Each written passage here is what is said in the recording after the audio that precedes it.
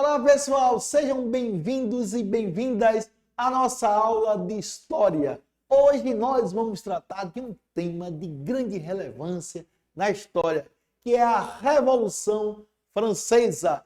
Eu sou o professor Cláudio Nascimento, o professor queres ou não queres. Então vocês aí, turma do 8º ano do ensino fundamental, sejam todos e todas bem-vindos à nossa aula feita para vocês pela Secretaria de Educação do Estado de Pernambuco, para vocês, tá certo? Com todo carinho. Então sejam bem-vindos, entrem na nossa nave da história, entre, fiquem à vontade dentro da nossa nave, porque agora a gente vai debater um pouco sobre a história da Revolução Francesa. Eu, professor Cláudio, da Escola de Referência de Ensino Fundamental Creuza Dornelas Câmara. Então vamos lá, pessoal. Então, Revolução Francesa. Então, quando nós lembramos da Revolução Francesa, então vem à nossa mente liberté, igualité e fraternité, liberdade, igualdade e fraternidade. O grande lema da Revolução Francesa, né? Que inspirou outras revoluções, né? Em outras revoluções ao longo do contexto da história da nossa civilização. Então, falar de Revolução Francesa, primeiro vamos falar aí do Antigo Regime, né? Então, na realidade, com 28 milhões de habitantes. No final do século XVIII, né? Então, a França, né, era o quê? Um país mais populoso da Europa. E também um dos mais injustos, né? Então, os franceses viviam sob o quê? Sob o Antigo Regime. Uma sociedade em que o clero, né, e a nobreza tinham enormes privilégios e o rei se apresentava como representante de Deus na terra, né? Então, aquela temática que nós falamos, né, na última aula, né? Então, o absolutismo de direito divino, direito de governar, né? Então, na realidade, o rei ele intitulava um representante de Deus, né? Então, vejam, então vocês vão ter, um ponto interessante, naquela época a sociedade francesa era dividida em 3 estados. Então, primeiro estado, o clero, né? O segundo estado, a nobreza. E o terceiro estado, camponeses, trabalhadores, né, da cidade e os burgueses. O rei e os nobres e o clero possuíam terras, poder e privilégios, como de não pagar quase nenhum imposto. Meu Deus, que privilégio, né? Então, é a burguesia, né? Terceiro estado, camponês, trabalhadores, né? E burgueses trabalhavam, né, para sustentar o que? O clero e a nobreza, né? Então, já o terceiro estado, né, pagava a maioria dos impostos. Como eu falei agora anteriormente, né? Sustentava com seu trabalho o primeiro e o segundo estado. Então, os camponeses, por exemplo, pagavam a talha e o dízimo. E, em caso de uma má colheita, né, eles passavam fome. Eita! Passavam fome. Vocês acreditam nisso, garotada? Passavam fome. Isso gerava frequentes protestos. Geravam frequentes protestos. Então surge aí na França do Antigo Regime. Então, na França do Antigo Regime, a maioria da população vivia e trabalhava no campo, né? Trabalhava no campo. Mas devido à baixa produtividade agrícola, a oferta de alimentos era pequena e seus preços altíssimos, né? Altos, né? Então, como na década de 1780, as inundações e secas foram frequentes, os preços de alimentos dispararam e a fome atingiu duramente os mais pobres, né? Gerando grande satisfação social entre eles, né? Então aí você vai ter escassez de oferta de alimentos, né? E aumento de demanda, né? Mais demanda do que oferta. Então sobe os preços, inflacionam, né? Então quem é que vai sofrer com isso? A população, a classe menos favorecida, né? São os pobres, né? Então a burguesia também estava insatisfeita, né, com a monarquia absolutista.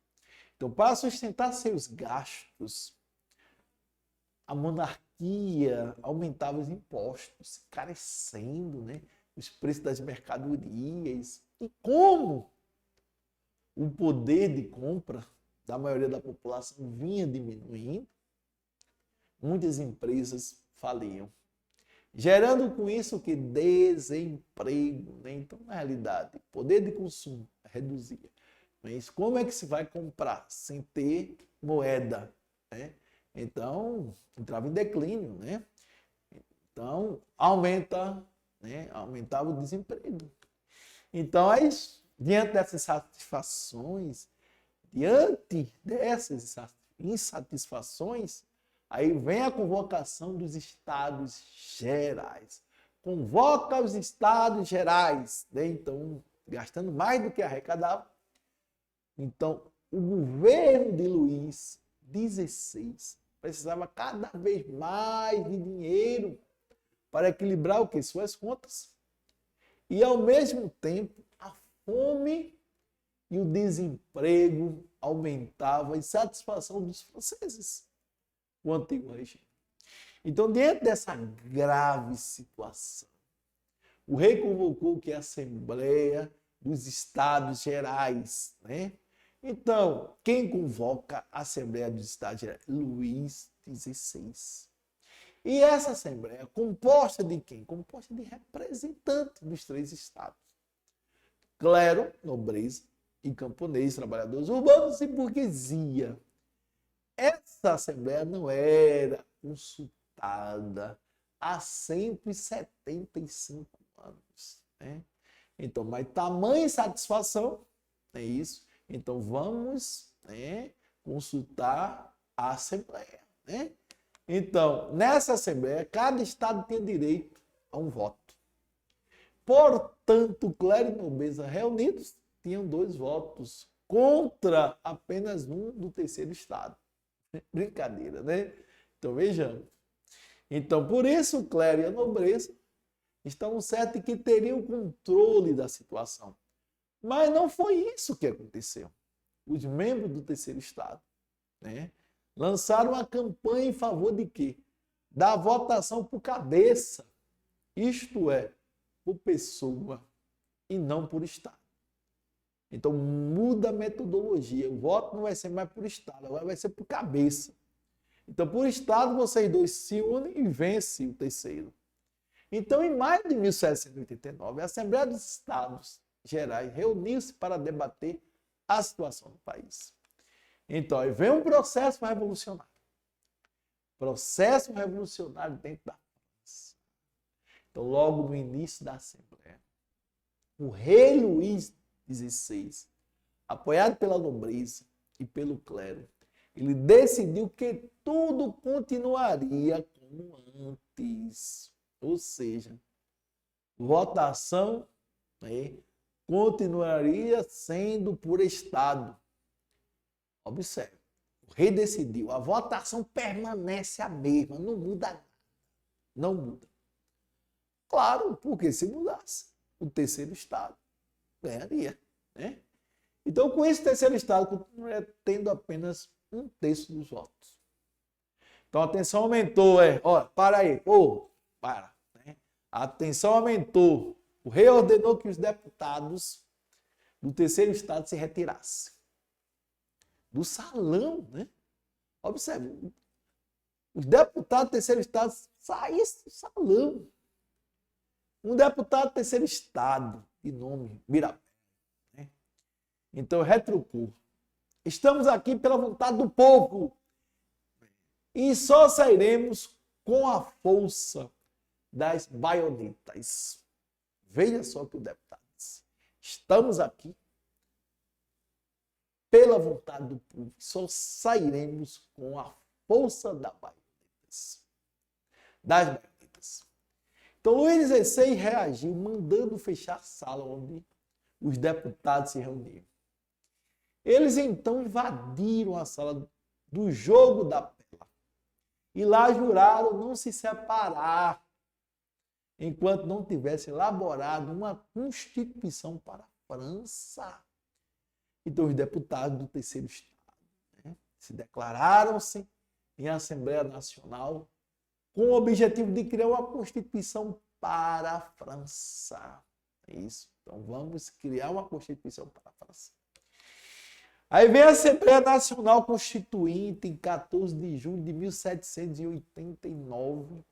Assim que se espalhou a notícia de que o rei mandaria reprimir a Assembleia, populares da cidade, né, de Paris saíram às ruas saqueando depósitos de armas e de alimentos. Com apoio de soldados do exército, invadiram e tomaram a Bastilha.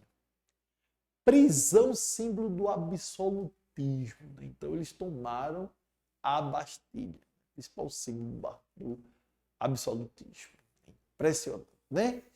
Então, no dia 26 de agosto de 1789, então a Assembleia aprovou o quê? A Declaração dos Direitos do Homem e do Cidadão, reconhecendo o quê? O direito de todos à liberdade, à segurança, à propriedade, à igualdade perante a lei e a resistir a qualquer tipo de opressão.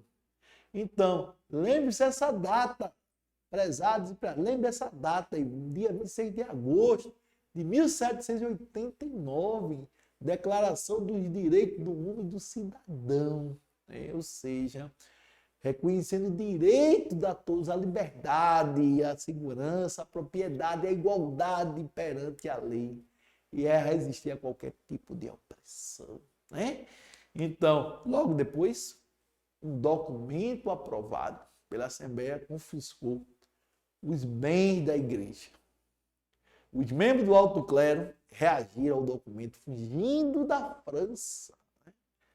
Acompanhados de milhares de nobres e levando consigo dinheiro e joias. No exterior começaram a organizar o quê? Um exército para impedir o avanço da Revolução Francesa. Então, eles se reuniram com o intuito de impedir o avanço da Revolução Francesa. Então, revolução essa que estava acabando, né, com as desigualdades, né, estava acabando simplesmente com a forma de regime que explorava, né, o terceiro Estado. Então, vem a monarquia constitucional, 1791. A Assembleia Nacional aprovou uma Constituição que incorporou a perda dos privilégios do clero e da nobreza e limitou o poder limitou o poder do rei, instituindo a monarquia constitucional. O rei já não tinha mais o poder de fazer e aprovar as leis. Por isso, chegava o fim a monarquia absolutista da França. Chega de absolutismo, chegava o fim. Então, um ponto interessante, vem a Convenção Nacional, né? Vem a Convenção Nacional. Então, logo após essa vitória contra a monarquia, elegeu-se a expressa de uma Convenção Nacional. Isto é, uma assembleia encarregada de elaborar uma Constituição, uma nova Constituição. Então, os membros da Convenção foram eleitos pelo voto universal masculino e não pelo voto baseado na renda do cidadão, né? Ou seja, aquela metodologia do voto pela renda não existia mais, o voto agora é universal. Então, a primeira atitude da Convenção foi abolir o quê? A monarquia e proclamar o quê? A República, né? Então, proclamar a República. Então, o rei, então vejam só, o rei Luís XVI, acusado de traição à pátria, foi levado a julgamento. Então, os girondinos queriam absolvê-los. Os jacobinos desejavam a sua condenação. E após um mês intenso de debates, mais de 90% dos deputados da convenção, com base em provas, declararam Luís XVI culpado. No cofre do rei havia prova de acordos que ele fizera com os monarcas estrangeiros, né, combinando a invasão da França. Em janeiro de 1993, o rei foi executado em praça pública, sob uma chuva de aplausos dos populares. Vejam só. Então, decapitado o rei, e o povo aplaudiu a decapitação do rei. Eita! Aí, jacobinos no poder. Então, após a execução do rei, aumentou a oposição, os jacobinos. Ele, por sua vez, procuraram manter, né, o controle da situação, criando órgãos especiais, como o Comitê de Salvação Pública, né? À frente, qual estava Robespierre, o verdadeiro chefe de governo, né? Então, Robespierre. Então, para conter a crise social e financeira em que a França estava mergulhada, Robespierre e seus auxiliares distribuíram as terras nobres, né, entre milhares de camponeses, aboliram a escravidão das colônias francesas, tornaram o ensino primário obrigatório e gratuito e tabelaram que os preços dos gêneros de primeira necessidade que vinham subindo diariamente. Então, tabelado, né? Então, mas essas medidas contentaram as camadas populares, mas desagradaram os girondinos. Aí toma impressão. Então, a tensão entre esses grupos aumentou.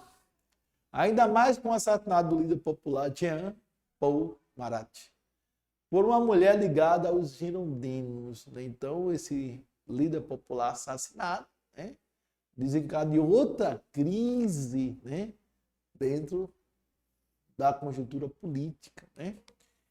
Então, prezados e prezadas, concluímos a nossa maravilhosa aula sobre a Revolução Francesa, né, onde vocês viram aí a luta, não é isso, pelo fim do antigo regime, né, um regime de exploração do clero, da nobreza sobre a burguesia, não é isso, e os camponeses. Então, agradeço a participação de todos e todas, né, que estão nesse momento assistindo a nossa aula, né, feita pela Secretaria de Educação do Estado de Pernambuco para vocês, que vocês aproveitem este conhecimento que é de grande relevância. E saibam, a Revolução Francesa foi uma das revoluções mais significativas, né, dentro da nossa história, porque ela influenciou, né, várias revoluções. Então, aqui o professor Cláudio Nascimento deixa para vocês aí a referência do nosso livro de história, né, do 8º ano, para quem quiser se aprofundar no nosso livro, dê uma estudadinha, né, dê uma estudada, né, possa se aprofundar mais nos conhecimentos. Então, ficamos por aqui, prezados e prezadas.